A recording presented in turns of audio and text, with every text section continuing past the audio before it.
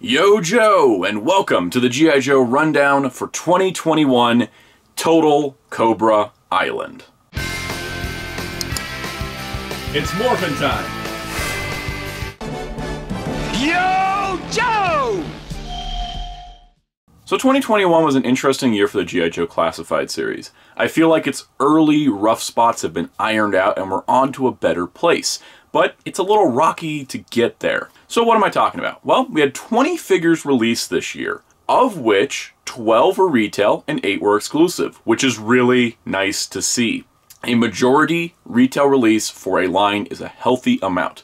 When the exclusives exceed the retail in a significant way, especially with how Cobra Island went last year, it's definitely a bad sign. So I'm glad to see the line decided to do predominantly retail releases. Of those 8 releases, though, 5 of them were exclusive to Target under the Cobra Island sub-branding. However, something different happened with Cobra Island this year. So initially, the first 2 Cobra Island figures were Firefly and the Cobra Viper, and they were incredibly hard to find. I didn't even bother looking for them because they were selling out in seconds. People were posting pictures how they went to stores and bought up the entire case of 8 and then sold them on eBay or whatever. It was a big mess. It was a huge disaster, just like how Cobra Island had been in 2020, with things being completely unavailable, things just being sold out, and then being figures that people really wanted. But all that turned around with the release of Major Bludd. In fact, I picked up Bludd in a Target store. I ordered him on the app, went and picked him up in the store, which was a very surreal experience for me because,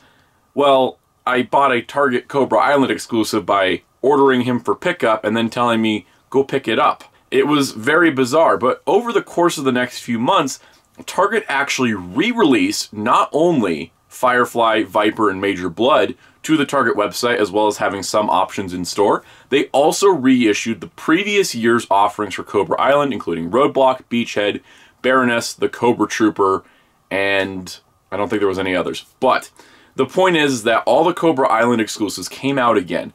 And for the most part, it wasn't a 100% certainty. For the most part, people were able to get these. In fact, I finally got that Cobra Trooper I missed out on in 2020. Now, with that being said, it wasn't a perfect, worthwhile experience for everybody. There's still some gaps in many people's collections, and I hope Hasbro will address this going forward. I do still think, even with the wider availability, that characters like Firefly or Beachhead or Baroness should get re-released because I think people need a second shot at them, especially because we could get different looks, so there's different figure options. Now, with that said, the other releases this year were kind of interesting. The retail releases were sort of, I don't want to say bogged down, but layered with the figures that seemingly were supposed to have come out in 2020, which was the figures to tie into Snake Eyes G.I. Joe Origins. Now, while the movie didn't perform well, the toys didn't perform well either, a lot of them ended up on clearance, there was only 5 figures, so it wasn't too intrusive into the line, and it's not like you had to get them to get a Build-A-Figure. They were easily skippable. I still picked up 3, and we'll talk about them when we talk about them. But when it came down to it, the rest of the retail releases showed a little shift in design, and that is, we started getting from, when Classified first started, it was heavy redesigns, where it starts going more classic, and we start seeing figures in the line that skew more classic. It seems like they almost instantly pivoted off of the heavy redesign and went for modern tweaking. And honestly, that's where the line is going, and I'm very, very excited. Now, to close the year out, there was a few things I want to bring up.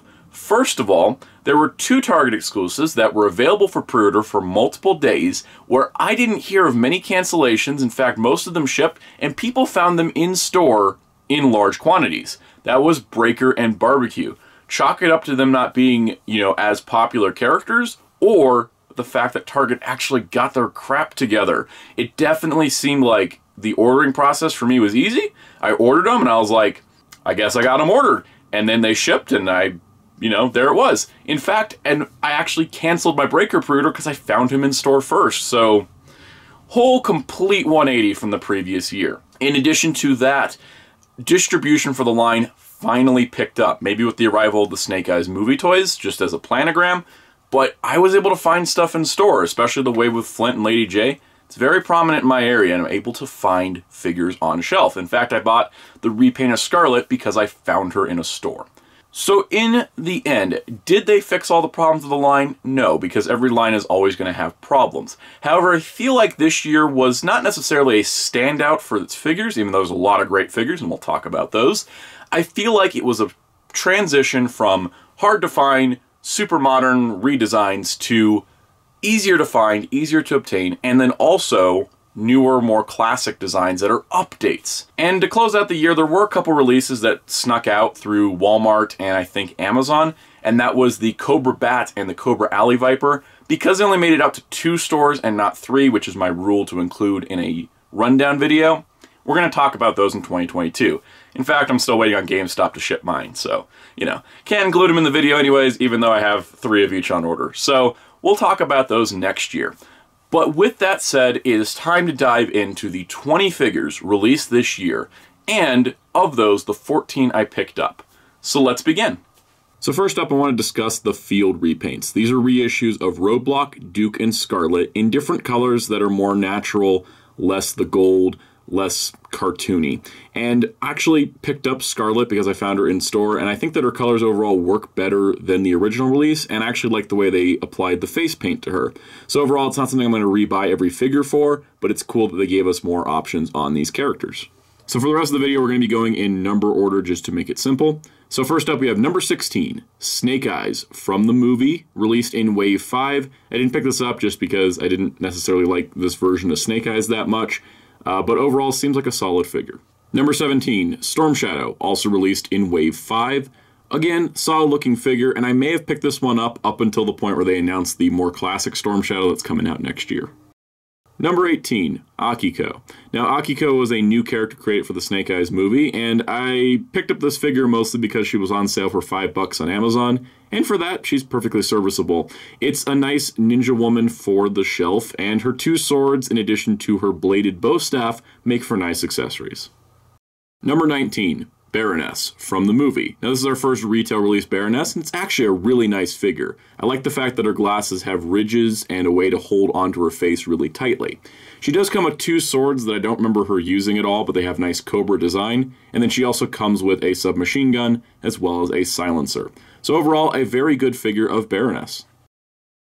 Number 20, Scarlett from Snake Eyes the movie from Wave 6. Now this is a pretty nice Scarlett figure overall, good actress likeness, and I like her crossbow better than the regular Scarlett's, and it'll be moving over there soon. That being said, she comes with no other accessories, which is really strange for this line. They usually really pile it up, but I guess likeness rights may have caused the figure price to go up a bit. Number 21, Firefly, released as a Target Cobra Island exclusive. Now this guy was one of the ones I was hunting for half a year, luckily was able to pick him up. He is awesome. I love the head sculpt. It looks like he's taken one too many explosives to the face. So first up, he has a pistol, which just looks super techy and super cool. He also contains a bomb detonation device, which is very Star Trek looking. He also comes with a bomb for said detonation device. He also comes with a pair of goggles, which can fit over his eyes, but I tend to kind of put them up on his forehead. He has a little mini drone, which surprisingly has a little bit of articulation. And his backpack, which is even more impressive because it can store every single one of his accessories onto it. And then of course it plugs into that universal backpack connector in his back. So overall, Firefly's pretty fantastic. My only knock against him is his torso is restricted by that jacket. But other than that, I really hope this guy gets out again because this is a really great figure and a great highlight of the line.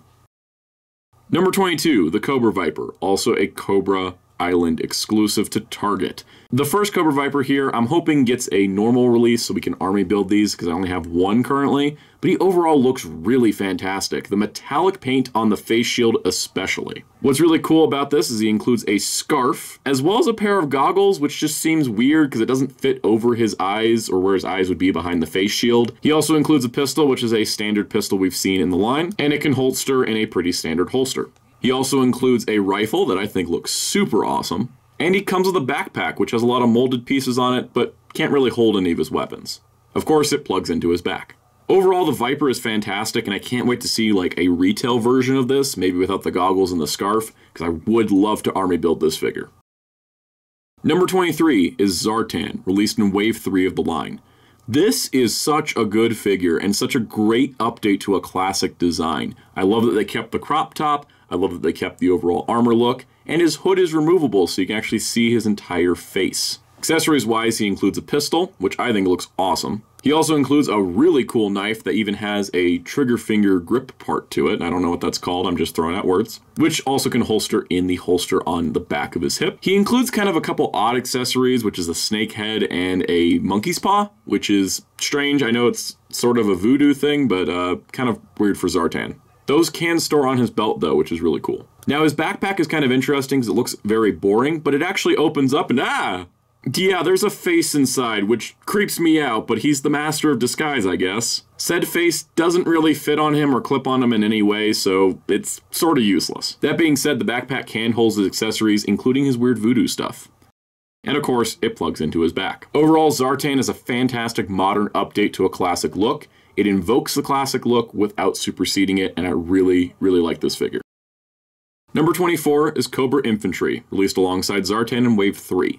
Now this is a figure that is a repaint of the Cobra Island Cobra Trooper, and it's honestly pretty good. It's missing a couple accessories, namely the armband, the goggles, and the long rifle, but he does include several other accessories that are exclusive to the Cobra Trooper. The knife is pretty cool, especially with that Cobra design. The knife can sheath in the chest. He also includes 2 pistols, which can sheath one on the front and one on the back. He also includes a rifle, which can be held with 2 hands, or plugged onto the back in one of the 3 peg holes. As you can see here, there are paint and color differences between the Cobra Trooper and the Cobra Infantry, but I am pretty happy with the Infantry overall, and they do make a nice army builder. Number 25, Lady Jaye, released in Wave 4. Lady Jaye is one of my favorite G.I. Joe characters, and her classified rendition is really nice looking. Very cool, kind of classic but yet modern update. She has the default option of her hair, but if you want her hat, you have to remove her hair. But the hat looks really nice and has sculpted hair attached to it, so it works out pretty well. Lady Jaye also includes a small knife, and said small knife can fit on her belt. She also includes 2 different spear options with 3 different arrowhead parts, which you can mix and match to different configurations. She looks pretty good holding these, either as kind of a staff weapon or in a throwing position, which we've seen her done many times in the cartoon. But she also comes with this very strange spear gun thing where the spears can fit into the gun, but it kind of a tight fit. She also includes a really nice looking backpack that has a movable camera on it, and said backpack can actually store the extra arrowheads and the extra spear on the back. Plus, the backpack plugs into the back. Overall, Lady Jaye is a very nice update to this figure, and she can hold all of her accessories on the figure minus the extra hair, so that's a win-win for sure. Lady Jaye's wave mate is number 26, Flint. Now, Flint and Lady Jaye go together like peanut butter and jelly, so it's really nice to see them released alongside each other in the line. Flint uses a lot of parts from Duke, but overall has a nice, striking, dynamic look. What's really cool too is he includes his hat, which isn't reused from Beachhead, and he includes the standard pistol, and of course the standard holster. His unique weapon is a shotgun, which looks so super duper cool. In addition to that, it opens up. While there's nothing to load inside of the shotgun, it looks really cool when you have it open. In addition to that, he has a holster for the shotgun on his back, which is pretty awesome. Overall, Flint is a very nice figure. While he's sort of quote-unquote standard Joe, he is a really nice striking presence on the shelf, and of course he looks fantastic next to Lady Jaye. Number 27, Major Bludd, released as a Cobra Island Target exclusive. This figure is one of my favorites ever. I love the way they've updated his design, giving him the full robot arm look, giving him that eye patch with the scarring. It's such nasty, cool details. Like, this is a grizzled guy who's been in a lot of combat. Another cool accessory he has is a set of dog tags that goes around his neck, presumably taken off Joe's that he's, well, combated. He also includes his classic trademark helmet, though I kind of prefer it without the helmet. He has a signature pistol, which looks really, really cool. It looks like a revolver on steroids. Plus, notice the Mars Industry logo on his shoulder. I like the little world-building tie-ins here. In addition to that, of course, the gun holster's in the holster on his side. He includes a second pistol, which has a very classic look to it, and this pistol can hold rockets. Said rockets are 2 of them. They can plug into the gun, or they can plug into his backpack, and the backpack can also hold his second gun. And naturally, the backpack plugs into the back. Overall, Major Bludd is a very great update to a classic character, and overall just, I love the aesthetic of it. It's really, really cool. Number 28, Heavy Artillery Roadblock, released as an Amazon exclusive. I skipped over this figure simply because I'm a little tired of Roadblock. I currently have 2 of them, and there's been 2 others this year between the Field and this, and I didn't like the way that they just reused the gun from the next release, as opposed to giving us the proper Roadblock gun he should have. Number 29, Breaker and the Ram Cycle. Speaking of Breaker first, he was a Target exclusive in a box set, and he was actually pretty easy to find. I found him before my pre-order shipped. He reuses a lot of parts from Duke and Flint, but honestly, he kind of turns out as a nice, again, average Joe, but still a cool looking one. I love his helmet, which calls back to his communication background, and he also comes with this minigun that Roadblock also came with, but kind of works for him a little better because he has a vehicle. Said vehicle being the Ram Cycle, a very nice, sturdy motorcycle with a turning axis as well as rubber tires. In addition to that, he has the sidecar piece, which you can attach the minigun into. And once you plug that onto the side of the Ram Cycle, the look is complete and you have the classic Ram Cycle look replicated in a 6-inch scale. Overall, the Breaker and Ram Cycle set may not be as impressive for uniqueness of Breaker, but if you're looking for the Ram Cycle, you can also get a Joe figure that could be an army builder, and that's really cool. Number 30, Snake Eyes and Timber Alpha Commandos, released as a fan channel release to multiple online retailers and specialty stores.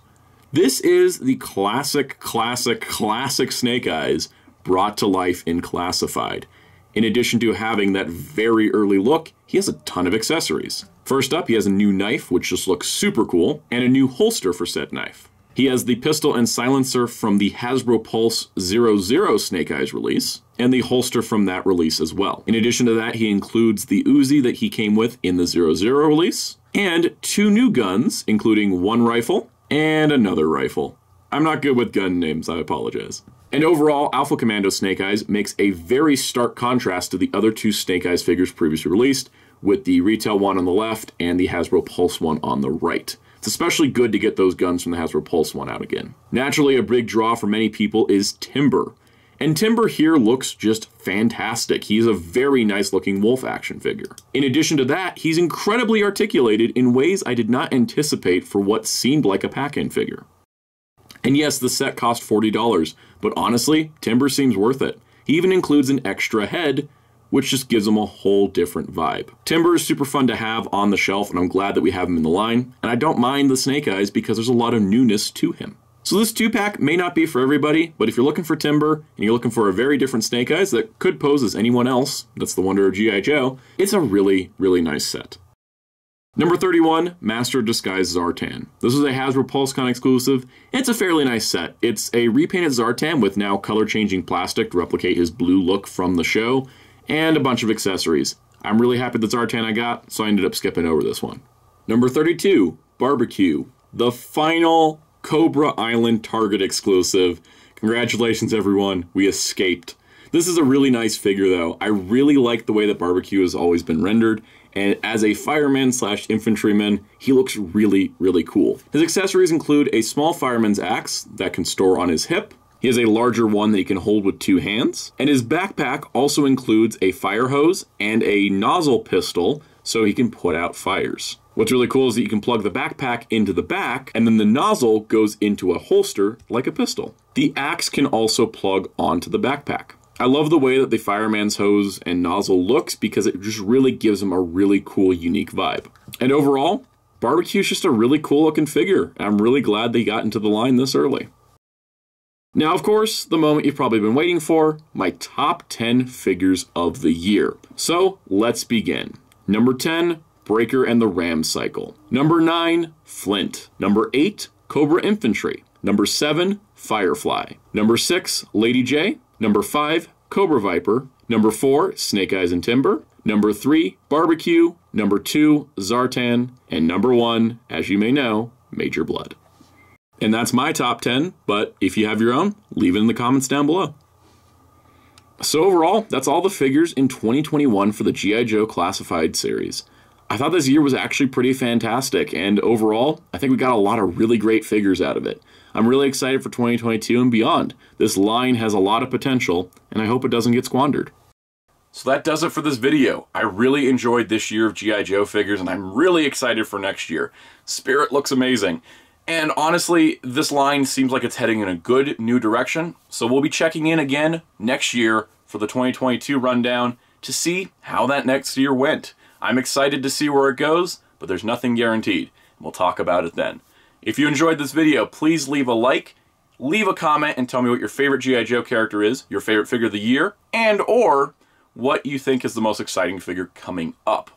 Also be sure to subscribe and hit the notification bell. I appreciate all the engagement and the support that everyone has for this channel, because we're at a point in January where things don't get recommended as much. It's a giant, like, landscape of terribleness, so liking, commenting, subscribing, sharing links, that is all very important stuff to keep this channel going, and I thank you all for doing that.